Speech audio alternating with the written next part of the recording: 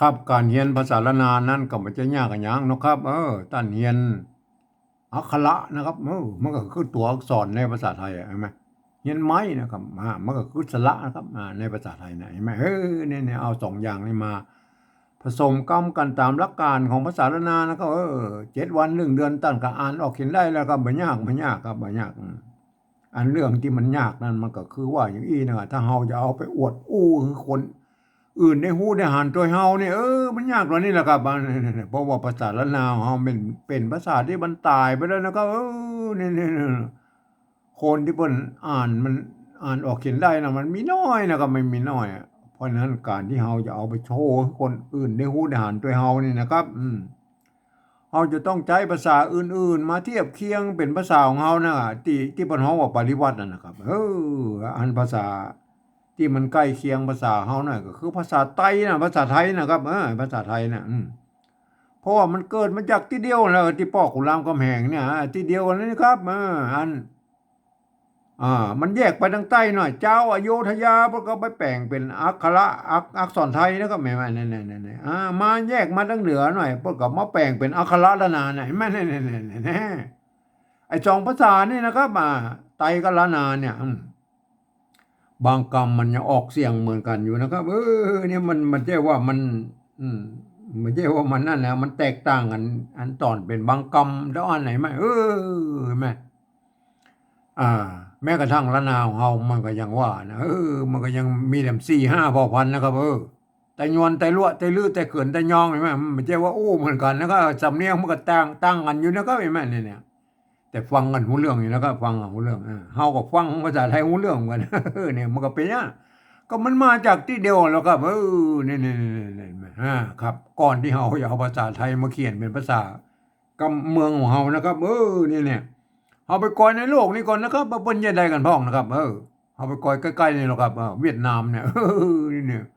อันโบราณแล้วเพิ่นใช้ภาษายึกๆยือๆอันเหมือนภาษาจีนนั่นน่ะภาษาเวียดนามนั่นน่ะครับอันเนื่องด้วยเพิ่นมีสงครามกันยาวนานมาลากยาวกันมาแล้วก็ตั้งแต่200-300 ปีมาแล้วน่ะเห็นไหมตั้งแต่สงครามเดียนเบียนฟูฝรั่งเศสพุ่นน่ะก็เนี่ยเพิ่นรบกันมาอยู่ตลอดนะมาจนถึงอันสงครามเวียดนามเนี่ยเวียดนามเหนือเวียดนามใต้น่ะมันยุดตอนนั้นปีไอ้2518เนี่ยเนี่ยมามันลากกันยาวมานานๆนะเนี่ยเห็นไหมอันเปิ้นก็บ่สามารถที่จะมามีเวลามาถ่ายทอดอันภาษายึกๆยือๆนั่นมาสู่รุ่นลูกรุ่นหลานรุ่นเหลนรุ่นโหลนเบิดเลยนะก็เห็นไหมเนี่ยบัดเดี๋ยวรุ่นลูกหลานเหลนโหลนเพิ่นอ่านบ่ได้เขียนบ่ได้นะภาษาอันยึกๆยือๆหมู่นั้นน่ะเห็นไหมเพิ่นก็เลยหันไปเอาอันภาษาอาหรับิกนะครับอักษรอาหรับิกนะครับมาเขียนเป็นภาษาของเพิ่นนะครับแล้วก็เพิ่นก็ใส่จุดใส่หมวกใส่ขีดใส่มั่วสะพะสะเปดนะครับเห็นไหมเนี่ยอันมันเพื่อให้มันได้ตามเสียงของเพิ่นนะไอ้จุดหมวกขีดอย่างนั้นก็คือวรรณยุกต์นั่นแหละครับเห็นไหมจะออกเสียงยังไงก็กำหนดเข้าไปนะครับกำหนดเครื่องหมายใส่เข้าไปเห็นไหมเนี่ยนี่คือเป็นลักษณะของปริวัติภาษานะครับเห็นไหมยืมภาษาอื่นๆนะอักษรอื่นๆน่ะมาเขียนเป็นภาษาของตัวเก่านะครับเห็นไหมแล้วก็เอาปริวัติก็คือปรับปรุงเปลี่ยนแปลงอย่างนี้นิดหน่อยๆก็ตามเอาไปให้มันได้ตามเสียงนะครับอันนี้ปอห้องว่าปริวัตินะครับเอาไปก่อนในยุโรปแล้วครับยุโรปนี่อย่างเช่นนะครับฝรั่งเศสเยอรมันน่ะยูเครนอันโปแลนด์รัสเซียอย่างมื้อนี้เนี่ยอันโครเอเชียเนี่ยยุโรปตะวันออกทั้งหลายแหล่เนี่ยเปิ้นก็ใช้อันลักษณะการปริวัติภาษากันทั้งนั้นนะครับเนี่ยเปิ้นจะยืมเอาอักษรอาหรับิกเนี่ยไปเขียนเป็นภาษาของเปิ้นครับแล้วบ่อีใส่จุดพ่อง2จุดก็ยังมีนะครับบางทีก็หมวกก็มีนะก็หมวกปิ้นหมวกโครเอเชียนี่เป็นหมวกปิ้นหงายขึ้นนะแม่ไอ้หมวกเวียดนามนี่มันกรุ๊ปเป็นกรุ๊ปนะครับหุ้มลงในแหวนเนี่ยมันคนละก็แล้วแต่ไผจะประดิษฐ์เครื่องหมายมาใส่นะครับก็แล้วแต่นะครับไอ้แม่เนี่ยเขาไปก่อนในอังกฤษแล้วว่าอันนี้ไปทำลายละเนี่ยไปทำลายละเพิ่นจะเอาอันอักษรอาหรับิกเอาไปเขียนเป็นภาษาของเพิ่นแบบโล้นๆเนี่ยนะครับเพิ่นบ่ใส่สักอย่างนะครับแต่เพิ่นมีกฎเกณฑ์อยู่ว่าเอาผ่านเสียงไปเลยนะครับตามบริบทน่ะท่านจะเอาเสียงใดก็ว่างไปเลยนะนี่ๆๆมัน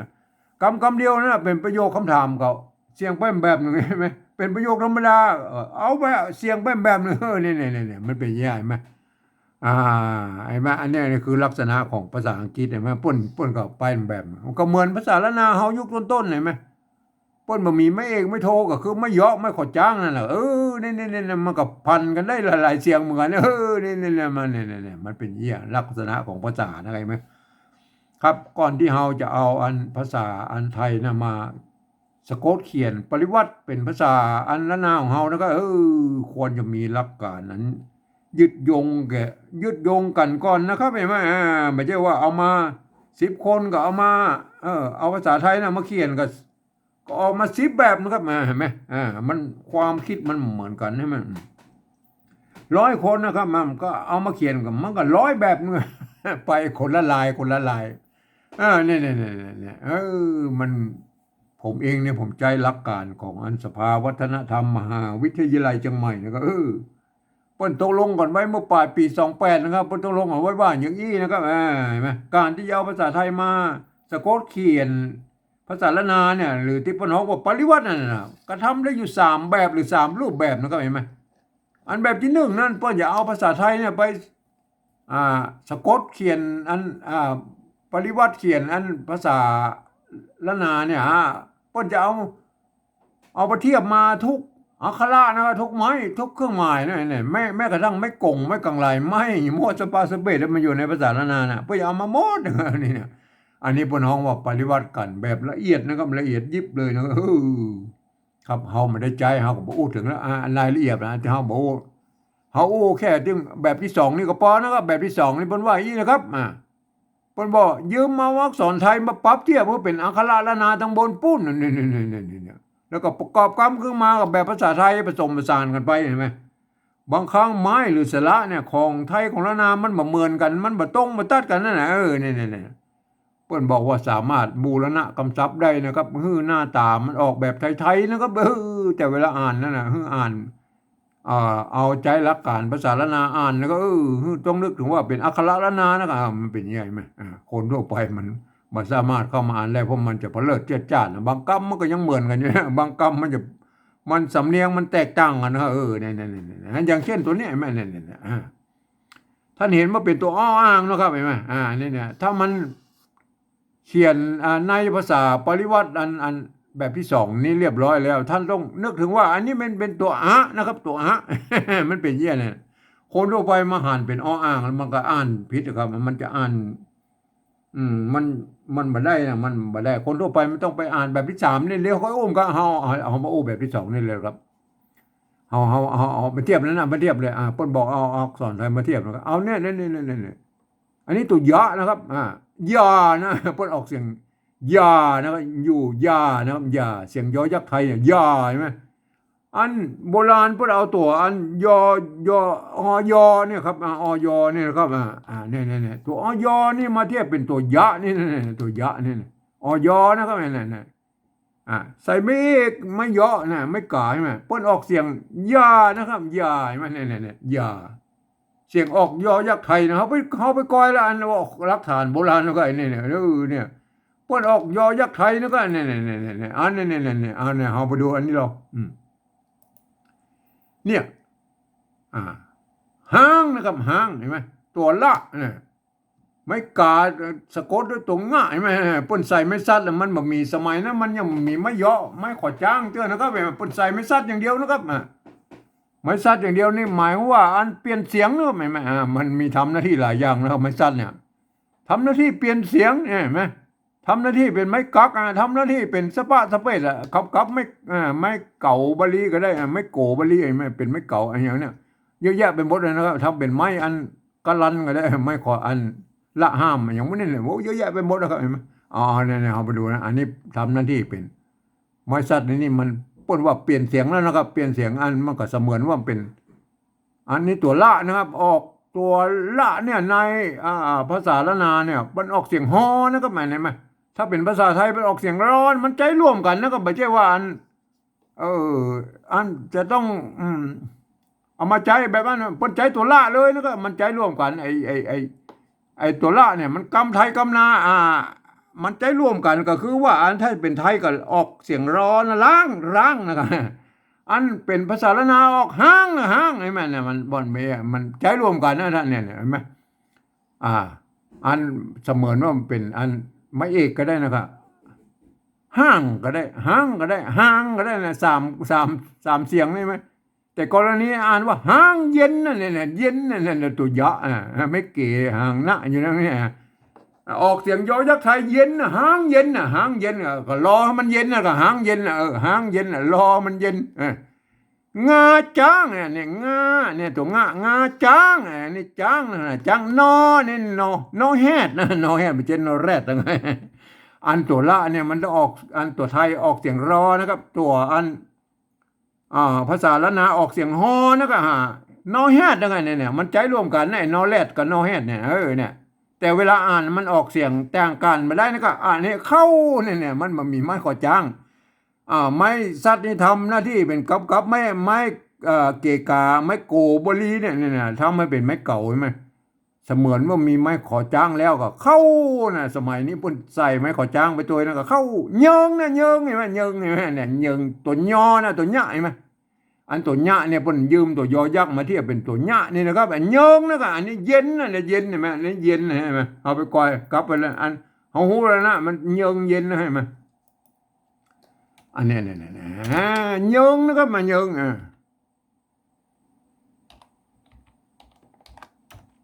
เนี่ยเยิงแล้วก็เนี่ยเยิงน่ะยาเนี่ยยานี่เยิงนะเยิงอันนี้เยิงเห็นไหมเยิงอันนี้อันนั้นเนี่ยเพื่อนเอาตัวยอยักษ์นะครับไปเทียบไปเป็นตัวเนี้ยนี่นะครับเห็นมันเยิงนะเนี่ยท่านก็อันคนเฒ่าโบราณมันเทียบมาอย่างอี้แล้วเฮาภัยมันมีสามารถที่จะไปเปลี่ยนแปลงมันเลยนะครับว่าเวลาท่านปฏิวัติของท่านก็อย่าไปซับซ้อนนะครับว่าใช่อันนี้เนี่ยอันยาเนี่ยนะถ้ามันเป็นอันอย่างตัวที่ตะกี้นะครับเย็นเนี่ยเนาะเย็นเขาดูเย็นเลยนะครับเย็นเขาดูเย็นเลยนะครับเย็นเย็นเนี่ยท่านจะได้เห็นชัดแล้วครับเนี่ยเย็นนะเย็นนะเย็นเยิงนะเย็นเยิงนะครับเห็นไหมตะกี้เขาหันละเย็นกับเยิงนะเย็นเยิงเนี่ยเย็นท่านจะเขียนจะได้แล้วครับเห็นไหมเปิ้นเอาอยเนี่ยไปเทียบเป็นตัวยะแล้วนะครับเย็นนะมันก็ต้องเขียนอย่างนี้มาเย็นเยิงเยิงอันนี้ออกเสียงยอยักษ์ไทยยาใช่ไหมออกเสียงยอยักษ์ไทยยาใช่ไหมอันนี้เย็นนะเย็นใช่ไหมเย็นอันนี้เยิงนะครับเยิงใช่ไหมเนี่ยเยิงใช่ไหมเห็นไหมเย็นเยิงใช่ไหมเนี่ยมันออกเสียงยอยักษ์ไทยเปิ้นเอาตัวยะเนี่ยไปเทียบเป็นตัวยะและตัวอันตัวยอยักษ์เนี่ยเทียบไปเป็นตัวหญ้าแล้วมันแบบสามารถไปเปลี่ยนแปลงอย่างเปิ้นได้แล้วนั่นเนี่ยเย็นนั่นน่ะท่านไปเขียนอย่างนี้หรอครับเห็นไหมท่านไปเขียนอย่างนี้หรอครับเห็นไหมเอาเย็นไทยมาใส่ไว้เนี่ยแล้วอันนี้มันจะอ่านว่าอะไรอันนี้ว่าอ่านว่าเย็นล่ะอันนี้ต้องอ่านว่าเยิงครับเนี่ยมันเป็นอย่างมันซับซ้อนกันนะครับเห็นไหมอันนี้มันเห็นไหมแต่ถ้าอ่านว่าอันนี้มันถ้าเราสมมุติว่าแบบเทียบกันอ่านว่าเยิงนะครับอันนี้มันก็ต้องอ่านว่าเย็นเนี่ยมันเป็นอย่างมันยุ่งนะครับเพราะนั้นเราต้องใช้มันเทียบนะครับเห็นไหมเย็นเย็นอันนี้เย็นอันนี้เยิงเนี่ยมันเป็นอย่างนี้ไหมเราไปก่อยอันเยิงแล้วที่บนใจกันเห็นไหมมันหมายถึงว่ามีตัวเดียวนะเยิงเนี่ยมันมีหลายตัวนะครับเห็นไหมเนี่ยเขาไปดูแล้วอันเนี่ยเนี่ยผู้ยิงใช่ไหมผู้ยิงยิงโดนย่าใช่ไหมยิงเนี่ยมันสมัยโบราณไม่ใช่ไม่กี่แล้วก็ยิงเอายิงยาวผู้ยิงเป็นได้เนี่ยเอาเห็นไหมเอาผู้ยิงเป็นได้เนี่ยเป็นผู้ยิงเนี่ยไม่กี่ใช่ไหมเนี่ยไม่กี่ตัวย่าเนี่ยพวกเอาตัวอันผู้ยิงมันจะเอาตัวยอยิงนะตัวยะยอยิงนะมันจะแล้วก็ตัวยะตัวนี้ยิงนะครับเห็นไหมเขาไปก้อยมันตัวแล้ว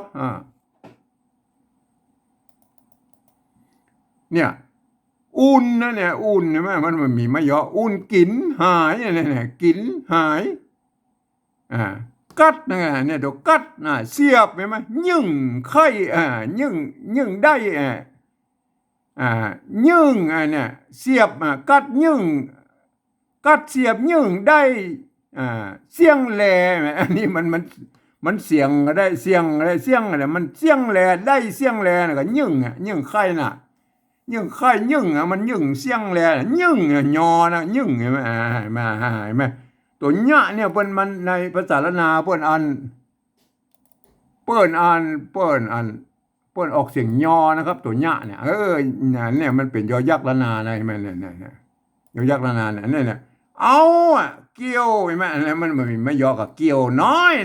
มันมีแม่ก็จ้างอ่านมันน้อยเนี่ยอันนี้ก็เกี่ยวหลวงเนี่ยหลวงมันมีเอาตัวว่าไว้ข้างบนไว้ไหมเงี้ยวเนี่ยเงี้ยวหมูเงี้ยว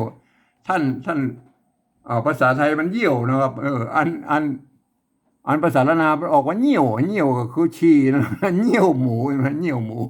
เอาเงี้ยวหมูมากินได้ไหมมันเป็นอะไรไหมอันอินเดียเอาเงี้ยวงัวนะครับเงี้ยวงัวนะครับเอาดูตัวต่อไปแล้วเงี้ยวแล้วนะครับเห็นไหมเอาไปดูตัวต่อไปแล้วก็เห็นไหม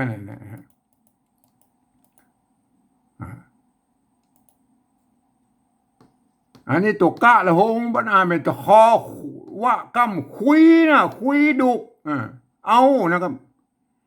อันนี้อย่างตัว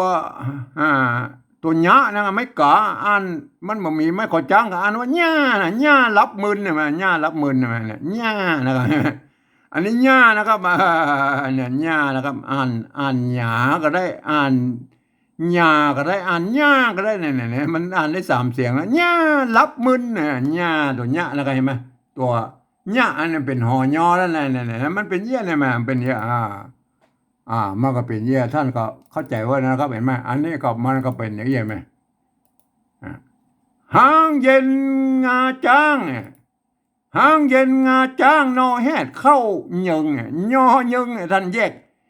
กเสียงอันยอยักษ์ละนากับยอยักษ์อันไทยคือดีนะครับเห็นไหมอันเย็นมันจะตัวยะเนี่ยมันเย็นเนี่ยเพราะฉะนั้นการที่ท่านจะเอาปริวัติน่ะเฮาหูแล้วต้นมันฉบับมันเนี่ยเพิ่นเอาอยมาเทียบเป็นตัวยะแล้วท่านจะพลิกแพงไปได้แล้วครับยาเย็นน่ะยาเย็นเยิงไงแม่มันเป็นใช่ไหมเพราะฉะนั้นการที่จะเอาหรืออันอย่างอันนั้นก็ท่านก็ไปพิจารณากันนะครับเอาเขียนให้มันได้กันนะครับเอาอันนี้เฮาโอ้กับยาไปได้ฮะอธิบายผมอธิบายให้มันอันไปถึงอันไปถึงอันปุ๊บให้ฮู้ว่าอันภาษาอันละนาเพิ่นเขียนกันอย่างใดนะก็ยานะก็ยามาเฮาดูนะเอาเนี่ยมันเป็นอูอานะครับอูอาเนี่ยตะกี้เฮาก็หันแล้วนะก็เฮาไปดูคำอูอานะครับอูอาอันนี้เพิ่นอ่านว่าเอานะครับเพิ่นเขียนมาตั้งแต่โบราณนั่นนะครับเห็นไหมตะกี้เฮาก็หันแล้วนะอูอานะเห็นไหมเดี๋ยวกันเด้อเดี๋ยวซอกกันเด้อ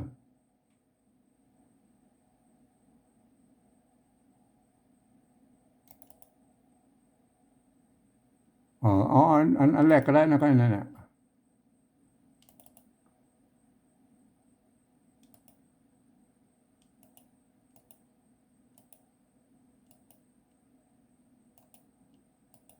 อันนี้ตัวนี้ก็ได้เนี่ยตัวนี้ก็ได้เนี่ย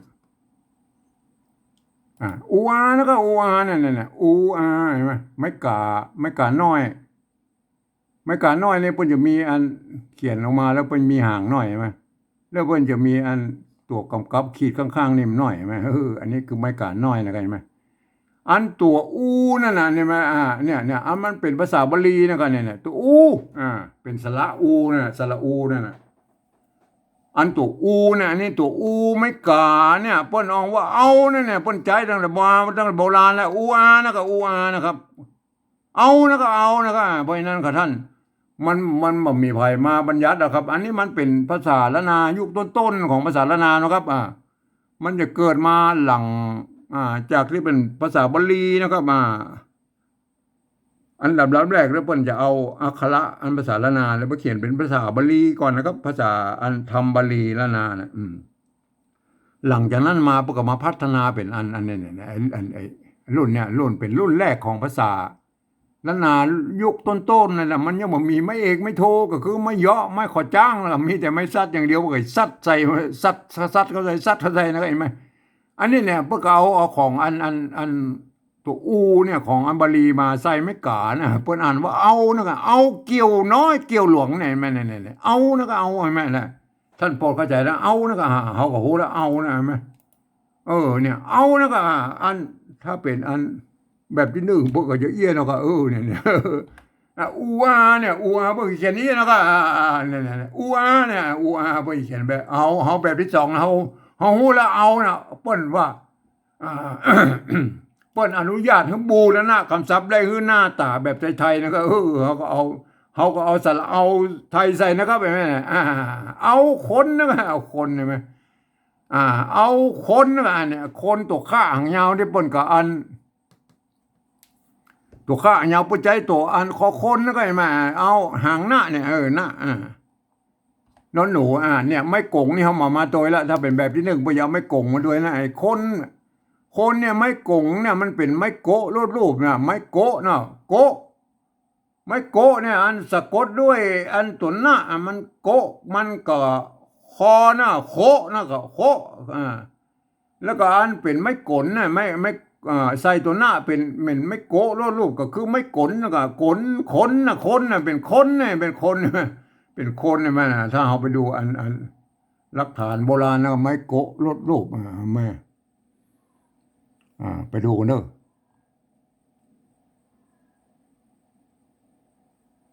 เสาะก่อนมันมีนักมันมีนักนะครับมันยังให้เสาะก่อนมาหันแล้วเว้ย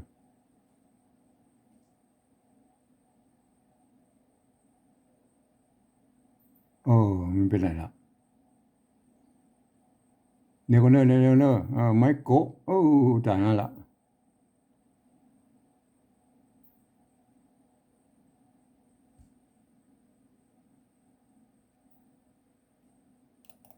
เนี่ยได้ละนะ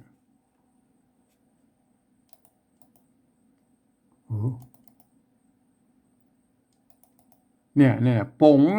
ใช่ไหมอันนี้เก้าไหมปินดำคำแสนเนี่ยคำตัวข้าบนใจหาตัวกาวงซิกเก้าป่งใช่ไหมป่งหรือป่งหรือป่งก็แล้วนะเข้าน้อยมันก็เลยเป็นป่งเข้าน้อยนะป่งใช่ไหมตัวปะเนี่ยไม่กงอยู่ข้างบนเนี่ยก็คือไม่โกะล้นรูปนะเป็นอ่านว่าป่งนะป่งเข้าน้อยนะเห็นไหมมันเป็นยังไงเอาไปดูต่อไปแล้วกันไหมอันนี้เห็นไหมเนี่ย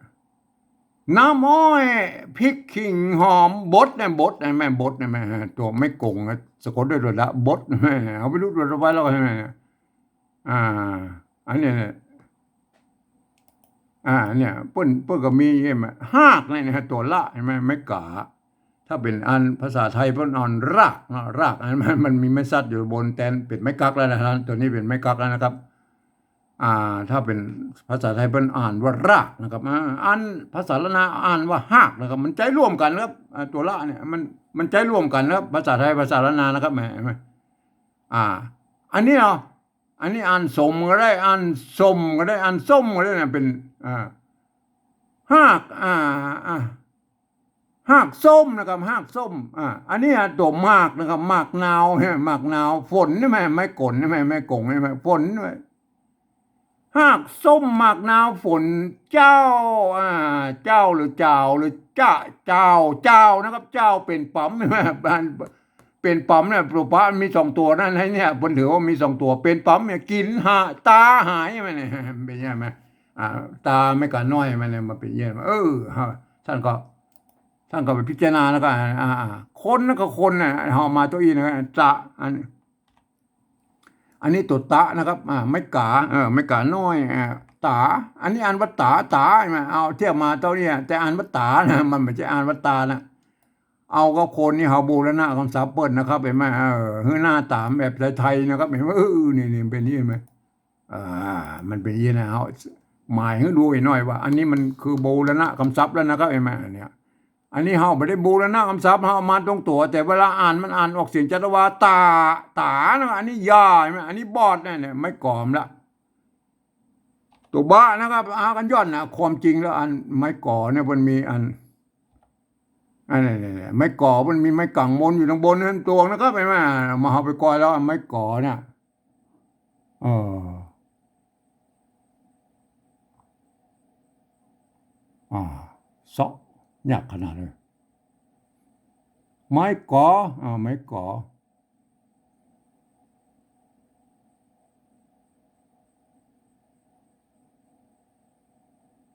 อืมเนี่ยเจอแล้วไม้ก่อไอ้มันเนี่ยไส้นั่นเนี่ยมันมีไม้เอกเขาก็อ่านว่าไส้ถ้ามาอ่านใส่ก็ได้อ่านไส้ก็ได้อ่านไส้ก็ได้กรณีนี้มันจะอ่านว่าใส่เกลือนะใส่เกลือถ้าเป็นยองนั่นนะใส่เกลือปอตัดใช่ไหมตัดสะหน่อยใช่ไหมเนี่ยมันเป็นอย่างนี้อันปอใช่ไหมไม่ก่อใช่ไหมเพิ่นอ่านว่าปอเสียงสามัญใช่ไหมใช่ไหม ไม้กรอบมันมีไม้กางบนแล้วก็ไม้อันตัวอ่างอันเดินเดืองร่มนี่นะครับเวลามีตัวสะกดเนี่ยตัวบนเนี่ยลิ้นปองใช่ไหมเนี่ยตัวปะใช่ไหมไม้กรอบใช่ไหมมีตัวสะกดแล้วอันนี้เนี่ยมันมันปอแล้วมันอันตัวง่าใส่มันกับปองอันบีเกาลิ้นปองใช่ไหมเนี่ยบ่ได้ลิ้นไก่อย่างลิ้นปองเนี่ยลิ้นไก่ลิ้นปองปากอย่างมันเนี่ยเห็นไหมเนี่ยปองเนี่ยปองเนี่ยอันนี้ปอใช่ไหมปองใช่ไหมเนี่ยถ้ารู้นะไม่ก่อนะครับเห็นไหมอันเนี้ย อันนี้ก็บอนะก็บอกัใส่ตัวดะมันก็ลงออกเสียงเอกเลยบอดเนี่ยบอดนะอันนี้มานะก็ตัวมะไม่กาโอเคอันนี้น้ำนะน้ำเห็นไหมเนี่ยตัวนานะครับตัวนานาไม่กำเห็นไหมตัวนาแล้วมันไม่กำเขาก็ไปพอแล้วเห็นไหมมันไม่ตัวนาไม่กำนะเห็นไหมนั่นนะอ่าเนี่ยตัวนาไม่กำเห็นไหมเนี่ยเนี่ยมาเนี่ย อันนี้ตัวนาเนี่ยนะตัวนาเนี่ยไม่ไม่ไม่กังวลอยู่ข้างบนก็กลายเป็นไม้กำเลยไหมเนี่ยมันบ่มีไม้อันไม้ซัดนี่มันแตนไม้ขอจ้างแล้วใช่ไหมน้ำเนี่ยอันน้ำก็ได้อันน้ำก็ได้อันน้ำก็ได้น่ะน้ำใช่ไหมน้ำกับน้ำนั่นน่ะน้ำใช่ไหมอันนี้มันมีไม้ขอจ้างกับอันว่าหม้อนึ่งใช่ไหมน้ำหม้อนึ่งใช่ไหมเนี่ยน้ำหม้อนึ่งเนี่ยตัวนานะครับใช่ไหมมันมีตั้งแต่โบราณนั่นนะครับบัดนี้มีฝ่ายประดิษฐ์มานะครับเห็นไหม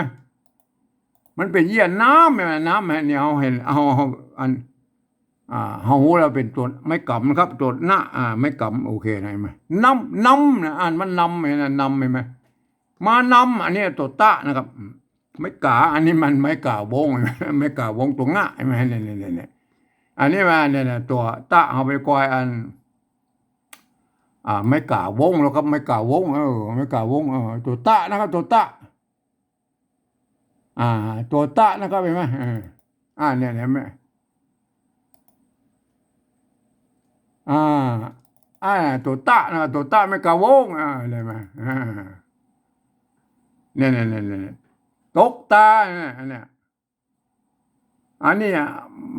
เปลือกนะเปลือกใช่ไหมเปลือกเป็นปั๊มเปลือกขามฝนอันนี้มันตกตานะตกตาเนี่ยตกตาอันนี้มันอย่างเนี่ยอันนี้ตีนมือเนี่ยลิ้นตีนมืออย่างนี้แล้วก็ว่าไปนะมันหมูมันลับหน่อยนะลิ้นตีนมือนะตาลิ้นตีนมืออย่างนี้ว่าไปนะว่าตากินตีนมือก็หมูอย่างอันฉลีอินนะอันอย่างหมูอย่างนี้ตกตานะตกตาไม่กล่าววงนะครับไม่กล่าววงเห็นไหม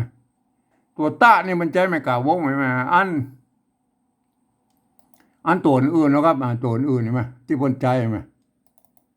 เนี่ยตัวท่าเห็นไหมที่บนใจมันนั่นนะถ้าไม่กล่าววงเนี่ยถ้าไม่กล่าววงนะถ้าตุจักเนี่ยนะถ้าตุจักอย่างเนี้ยไข่อันดองเหล้าอย่างเนี้ยเอาอันนี้หมูอันอย่างเนี้ยไข่หรือไข่ใส่ดองเหล้าหรืออันนี้มั่วอันนี้มันใช่อย่างของถูกค้านะจับไข่หรือจักไข่ดองเหล้าเอาอันอย่างว่าไปนะครับทานะทาไม่กล่าววงนะครับไม่ทาไม่กล่าววงทาไม่กล่าววงนะครับไม่อันเนี่ยตัวกะละโหงนะครับกะละโหงใช่ไหมอันนี้กะละโหงเนี่ยกะละโหงไม้กาเนี่ยไม้กาบงใช่ไหมอ่านว่าคานะตัวกะละโหงนี่เป็นอ่านเป็นตัวคอนะครับคาเนี่ยตัวคาใช่ไหมเนี่ยอ่านว่าคานะครับเห็นไหมไม้กาบงนะครับเห็นไหมเขาไปก้อยตัวแล้วครับเห็นไหม เนี่ยตัวว่านะครับตัวว่าเห็นไหมมันก็มีตัวว่าไม่กาวงใช่ไหมเนี่ยไม่กาวงเนี่ยเต้าว่านะมันมีไม่ย่อกันว่าเต้าว่านะใช่ไหมอ่าอันนี้มันอย่างเลขสามนะสามเครือใช่ไหมสามเครือสามมันยังไงสามสามเครื่องสามเครื่องสามเครื่องมันตกกะมันจะเลือยไม่สามเครื่องสามเครื่องสามเครื่องเครื่องเครื่องปู่จานะปู่จานะเนี่ยสามเครื่องปู่จาเต้าว่านะครับเต้าว่าสามเครื่องปู่จานะมันอ่านยากหน่อยนะครับเพราะมันมีไม่เอกไม่โทนะครับเห็นไหมอันนี้ว่าไม่กล่าววงนะครับเห็นไหมอันเฮาไปโกแล้วบางทีเปิ้นอันสรุปแล้วมันก็คืออันตัวกะนะครับตัวบะตัวตะตัวทะตัววะนะครับที่เปิ้นอันมีนะ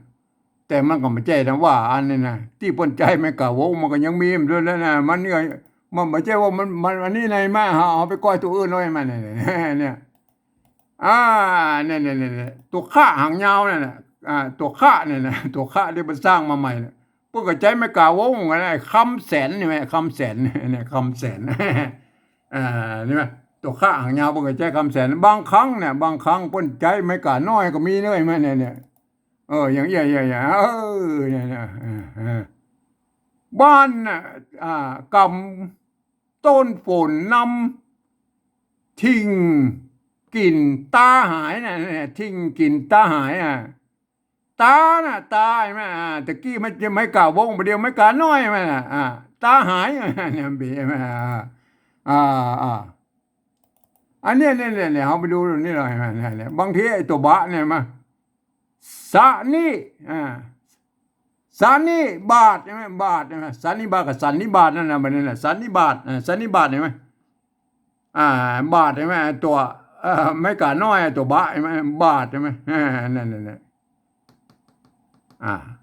สานิบาตใช่ไหมตัวบะไม่กาน้อยนะใช่ไหมเนี่ยมันเป็นแย่แม่เปิ้น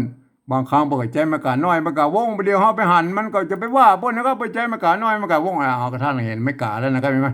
ไม่กล่าววงนะครับไม่กล่าววงไม่กล่าวน้อยนะครับไม่บางครั้งไปใจไม่กล่าวน้อยก็แล้วแต่เปิ้นนะครับไม่กล่าวน้อยก็ไม่โกงเปิ้นตามรักไปเดียวนี้เปิ้นใจ5 ตัวนะครับเห็นไหมตัวกะตัวบะตัวตะตัวทะตัววะนั่นแม่นะฮะบางครั้งไปใจตัวน้อยไม่กล่าวน้อยก็จะไปว่าเปิ้นนะครับแม่มันก็มันมี1 ตัวนะไม่กล่าววงตัวข้าอ่างยาวนะครับไอ้มาอย่าเอาคนตาบอดมานำต่างอันนี้ยาเนี่ยเขาอู้ตะกี้แล้วเขาก็ว่ากันไปเลยนะยาใช่ไหมอันนี้ตาบอดนำต่างนี่เขามาตรงตัวเลยนะครับมาตรงตัวเขาไม่ได้โบราณคำศัพท์เอานะก็เอาอันนี้เอาเขาก็โอ้ทีเดียวเอาคนนะก็คนก็ตัวข้าอ่างยาวนะคนเห็นไหมเอาคนนี่เขาโบราณคำศัพท์นะครับเอาคนนะครับเห็นไหมเอาคนตาเขาก็โอ้ตะกี้มันออกเสียงจัตวาน้ำตามันตัวตะนะครับไม่กะอ่านว่าตานะครับมันถ้าอ่านแบบไทยมันอ่านว่าตาใช่ไหมเนี่ยตัวฟ้านะครับฟังใช่ไหมปนสร้างมาแล้วมันตัวฟ้าก็ยืมตัวฟอฟันนี่มันเป็นตัวฟ้านี่นะมันอ่านเสียงฟอนะฟังนะครับไม่กะตัวงะใช่ไหมปนสร้างมาหมดเลยตัวข้าตัวฟ้าตัวอย่างมั่วปนสร้างมาหมดเรียบร้อยหมดแล้วนะครับไอ้มันสมัยนั้นไหนแม่สมัยภาษาอันนั้นนะยุคต้นๆนะเป็นสร้างมาตอนนั้นแล้วแม่หลังอันที่มาเป็นภาษาบาลียุคภาษาละนานยุคต้นๆก็คือหลังภาษาบาลีนะใช่ไหมเป็นสร้างไอ้ตัวพิเศษไอ้ตัวที่มันครบเครื่องนี่มาหมดแล้วนะครับสร้างมาหมดแล้วนะครับมาเทียบเป็นภาษาไทยหน่อยไหมอันนี้เรามาเขาก็โอ้ละตัวมะไม่กะมาแบกนะอันนี้ไม่แก่ตัวบะไม่ตัวกะใช่ไหมแบกอันนี้ละแค่นะไม่แก่ตัวกะละหงเนี่ยอันเนี้ยนี่ตัวกะนะครับเนี่ยไม่ใช่ตัวข้านะตัวกะยืมตัวคอควายมาเป็นนะตัวละเลยไหมไม่ย่อนั่นเนี่ยกะละหงอันนี้เป็นอ่านว่าแค่ไม่ใช่แคร่นะครับอ่านว่าแค่นะเขาไปกอยอันโบราณแล้วก็เขาไปกอยอันไอ้โบราณเนี่ยไอ้แค่เนี่ยเนี่ยกะละหงกะละหงเฮาไปดูเนี่ยกะละหงเนี่ยหลักฐานโบราณมันมีนะเฮามันต้องไป เอาแบบนี้นะตัวกะละหงเอาหากนะเอานะเอาอัวเอาอันนี้หากนะภาษาไทยเป็นรากนะรากผักนะของเฮามันออกว่าหากผักนะหากอันนี้เนี่ยมันใจร่วมกันนะตัวละนี่นะครับเห็นไหมตัวรอเนี่ยมันใจร่วมกันนะในภาษาละนาภาษาไทยน่ะอันภาษาไทยมันอ่านเอาภาษาละนามันออกว่าหากนะครับออกเสียงฮอนะครับเอาหากผักเห็นไหมผักแคบผักแคบอันนี้ผักแคบมันไม่ใช่ผักแคบนะครับไม่ใช่ผักแคบนะครับมาใช่ไหมผักแคบผักแคบอ่านมาผักแคบไปกะละหงอ่านเป็นตัวมันตัวกะคะกะตัวที่สามนะอ่านเป็นตัวที่สี่นะคะใช่ไหมอ่านเป็นแคบนะไงผักแคบอ่านว่าผักแคบนะกะละหงนี่อ่านเป็นตัวคอนะแคบนะไงไหมผักแคบเพราะนั้นท่านหูแล้วนะครับหูว่าอ่านเป็นผักแคบแล้วนะตัวนี้มันก็จะอ่านไม่แก่เนาะอ่านตัวกะละโหงไม่ยอกอ่านว่าแค่นะครับแค่ไม่ใช่แคร่นะครับเนี่ยได้แล้วนะได้แบบที่สองนี่นะครับเห็นไหมอันปฏิวัติแบบที่สองนี้ได้แล้วนะครับเห็นไหมก็คนที่จะมาอ่านได้เนี่ยก็เป็นคนที่เป็นเฮียนหูภาษาละนามาอ่านแล้วก็เพื่อนจะเอาเพื่อนหันว่าอันนี้เป็นตัวยะนะครับตัวอันนี้ตัวคะหางยาวตัวตะตัวบะตัวมะตัวหน้าตัวตะอะไรเนี่ยเพื่อนจะหันเป็นอันภาษาละนาแล้วก็เพื่อนจะอ่านไว้ยี่นี่ก็เห็นไหมอย่าเอาคนตาบอดมานำตังอย่าเอาคนตาฟังมาแบกแค่นะครับแบกแค่ไม่ใช่แบกแคร่นะครับแบกแค่มันเป็นยังไงครับอันนี้คือภาษาปฏิวัติแบบที่สองนะคนทั่วไปมันจะต้องไปอ่านแบบที่สามนะครับอันปฏิวัติแบบที่สามนั่นนะอันตามข้อตกลงปลายปี28ของสภาวัฒนธรรมมหาวิทยาลัยเชียงใหม่นะครับเปิ้นตกลงกันไว้ว่าอย่างนี้นะเปิ้นบอกว่าหลักการอันแบบที่สามเนี่ยปฏิวัติแบบที่สามเนี่ยเปิ้นบอกว่าฟังเอาเสียงภาษาละนานตะวนปุ้นนี่เปิ้นเปล่งเสียงออกมาอย่างไรเนาะ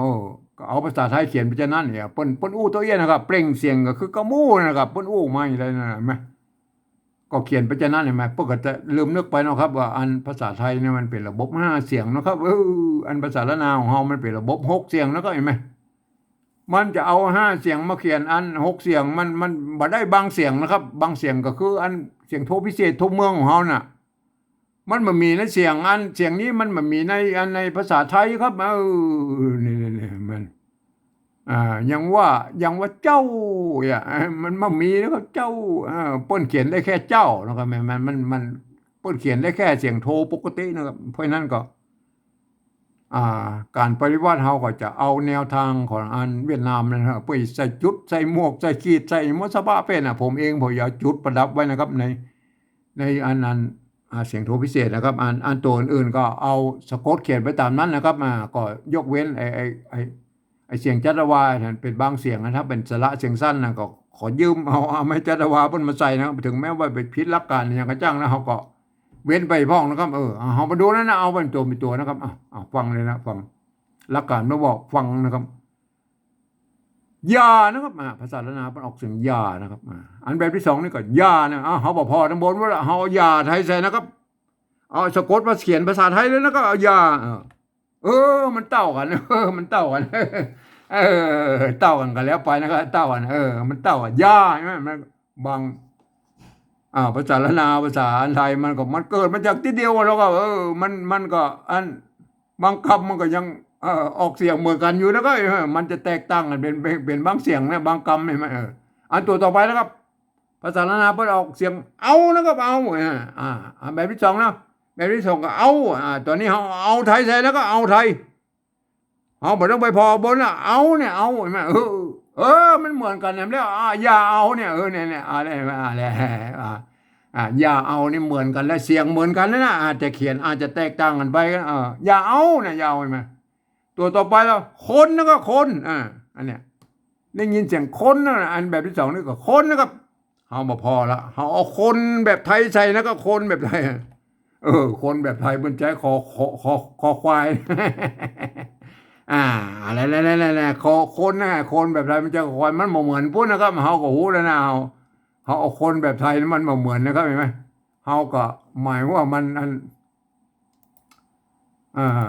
ก็ปริวัติให้มันได้ตามข้างบนเพียงแต่ว่ามัน เขียนตั้งกันแต่มันออกเสียงเต้ากันนะครับมันออกเสียงเต้ากันคนกับคนเนี่ยคนภาษาละนาเพิ่นใช้ตัวคะเนี่ยมันยืมตัวคอคนมาเป็นนี่คนไงไหมตัวต่อไปนะครับอย่าเอาคนนะอันเนี้ยตานะครับตาออกเสียงจัตวานะครับตาใช่ไหมอันนี้ตานะอันนี้ตาใช่ไหมเนี่ยตาใช่ไหมตาเขาบอกพ่อทั้งบนว่าเขาเอาตาไทยใส่แล้วครับเอามาเขียนเต้าเยี่ยมไหมมันอ่านว่าตามแล้วอันนี้เนี่ยมันตั้งกันเป็นบางเสียงนะครับแม่มันเป็นเย่ตาเนี่ยนะแม่ตัวต่อเต่านี่เป็นอักษรกลางในภาษาไทยนะครับแม่แม่กจดตดตบปอนะครับแม่เนี่ยมันเป็นภาษาอ่านไม่กาเนี่ยเป็นสระหางยาวเนี่ยพันในคู่เสียงเนี่ยแม่ตาเสียงสมันนะแม่ใส่พันไปให้มันได้ตานะครับเอาใส่ไม่เอกมันตานะครับใส่ไม่เอกตาใส่ไม่โทตาแล้วก็ตาแล้วก็เสียงโดพิเศษตาเห็นไหมอันตาเสียงโดพิเศษเขาก็จุดใส่เข้าไปเนี่ยตาเห็นไหมตาเห็นไหมเสียงโดพิเศษเห็นไหมตาอันตาแล้วก็ตาเสียงตีไหมตาเสียงตีไหมเนี่ยตาเสียงตีไหมอันตาแล้วก็ตาเสียงจัตบาได้เลยไหมตาเห็นไหมเนี่ยได้เลยไหมอันนี้ตาแล้วก็เนี่ยตาเนี่ยบูรณะคำศัพท์แล้วนะตาอันนี้บอดนะครับอันนี้ก็บูรณะคำศัพท์ในตาเนี่ยนะครับตานะครับ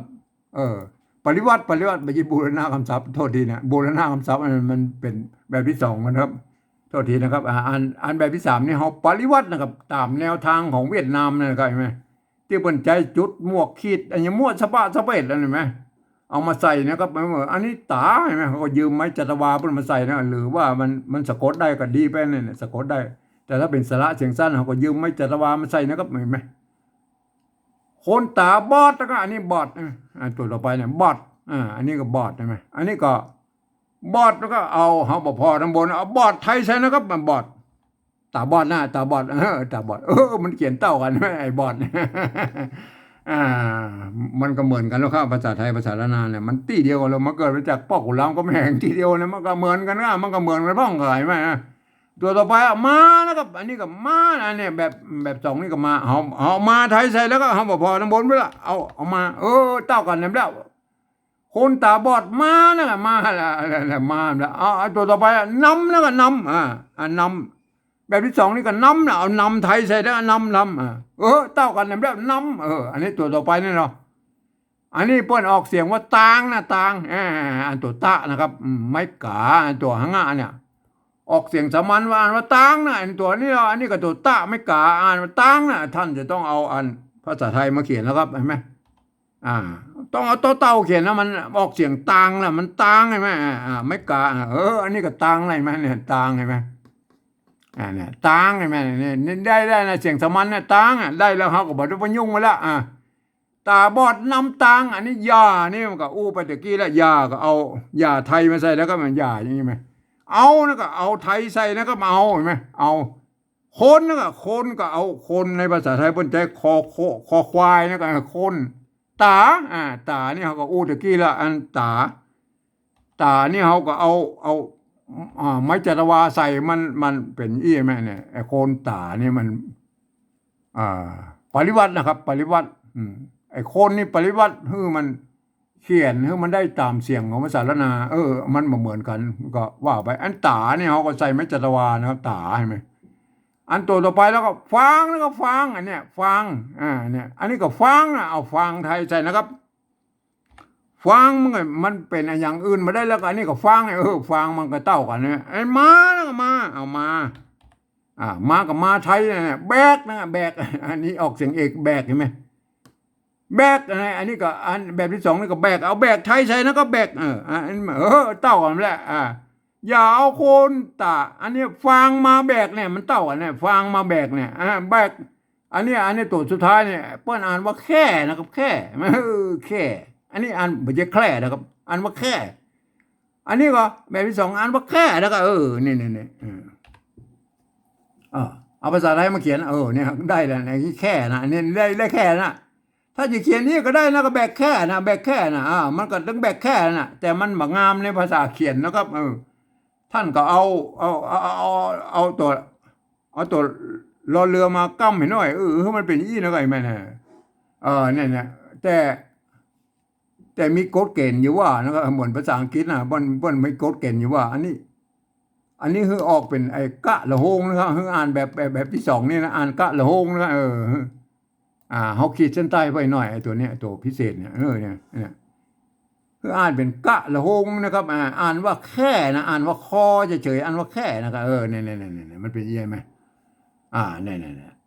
ก็ได้แล้วนะครับได้แล้วนะอันนี้คือภาษาปริวัติแบบที่สามนะครับ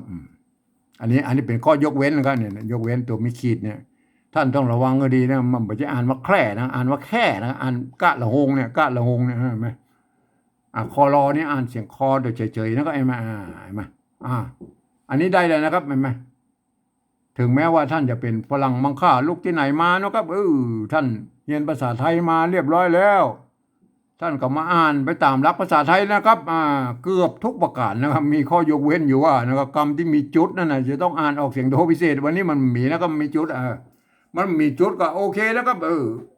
คำที่มีเสียงอันไม่จัตวาอีกคือออกเสียงจัตวาเนี่ยตาเห็นไหมคำที่เป็นอันอยนะครับอยเนี่ยแหละอ่านออกเสียงยอยักษ์ไทยแล้วอยู่ยาย่างยากเนี่ยอยู่เย็นหรือยืนหรืออย่างแล้วแต่มันเป็นอยแล้วต้องอ่านเป็นเสียงยอยักษ์ไทยนะถ้าเป็นยอตัวเดียวเนี่ยอ่านเป็นยอที่มันเป็นอันพยัญชนะต้นเนี่ยอ่านเป็นยอยักษ์ละนานะก็ไม่แม่ตัวยอนะก็ไม่แม่อ่านยิ่งยังอย่างว่าไปยึดอย่างมัวว่ายึดอย่างว่าไปแม่อันนี้เนี่ยคำที่มีขีดเส้นใต้เนี่ยตัวคอรอเนี่ยอ่านเสียงคอโดยเฉยนั่นนะอ่านว่าแค่นะให้มันเป็นยังไงครับถ้าท่านอ่านหูหลักการอ่านอย่างนี้แล้วท่านก็อ่านไปนะครับท่านก็จะได้สำเนียงเจียงใหม่ไตยอนไปเลยนะครับเห็นไหมเนี่ยอ่านว่าอย่างนี้นะครับอย่าเอาคนตาบอดมานำต่างอย่าเอาคนตาฟางมาแบกแค่นะครับแบกแค่ไม่ใช่แบกแค่นะแบกแค่อันนี้คือสำเนียงเจียงใหม่ไตยวนนะอันแบบที่สองเนี่ยเปิ้นเอาไว้อันเขียนนะจุดประสงค์ลักแล้วเปิ้นเอาเขียนไว้กำกับอันภาษาละนาตำบลพูดมาได้เนี่ยถ้าภาษาละนาตำบลพูดอันสูญหายไปพวกก็เอาภาษาอันแบบที่สองเนี่ยปริวัติแบกกลับไปเป็นภาษาละนาตำบลพูดเนี่ยเห็นไหมปุ่นจุดผสมเต้าเยี่ยปุ่นไปจะได้คือคนอื่นมาเข้ามาอ่านนะก็คนที่จะมาอ่านได้ไม่ต้องเป็นคนที่มีเฮียนหูภาษาละนามาอ่านนะก็ไหมพวกก็อ่านกันว่าอีนะก็เห็นไหมพวกก็หันเป็นอันนี้ตัวยะตัวนะครับตัวข้าตัวตะเห็นไหมตัวบะตัวมะตัวนะตัวตะเห็นไหมมันเป็นอย่างนี้มันต้องเห็นเป็นภาษาละนาพวกก็อ่านกันว่าอีนะครับอย่าเอาโคนตาบอดมานำต่างอย่าเอาโคนตาฟางมาแบกแค่นะครับแบกแค่นี่อันนี้คือภาษาปริวัติแบบที่สองนะครับคืออันสำเนียงแบบเชียงใหม่ไตยวนนะครับมันเป็นอย่างนี้นะอันภาษาละนาตำบลพวกก็เขียนกันได้อย่างนี้นะส่วนใหญ่นะครับแต่มันก็มาแน่นะครับอันละนาของเรามันมีหลายเผ่าพันธุ์แล้วก็4-5เผ่าพันธุ์ลักๆไอ้เผ่าพันธุ์ย่อยๆมัน2-3เผ่าพันธุ์เขาก็ยังไม่ได้ถึงได้ไหมบางครั้งมันบางที่มันก็นิยมกันอันเขียนแตกต่างกันไปบ้างพ่องนะครับบางครั้งเนี่ยยังเช่นในตัวตะเนี่ยไหม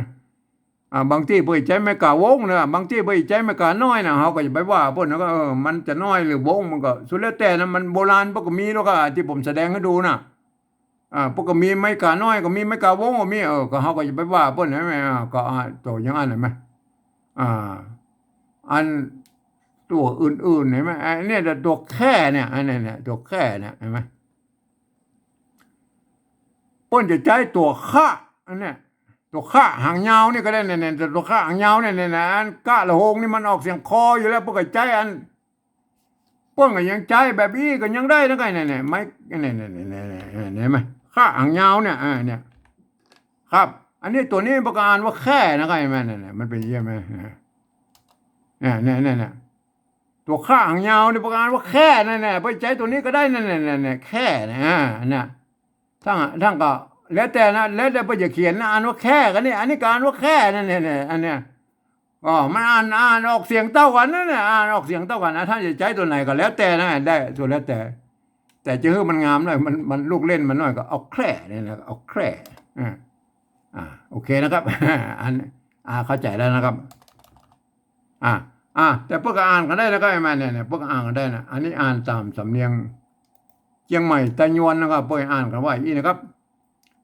อย่าเอาโคนตาบอดมานำต่างอย่าเอาโคนตาฟางมาแบกแค่ อันนี้คือสำเนียงเชียงใหม่ตะยวนนะครับครับวันนี้เป็นการฝึกปฏิวัติ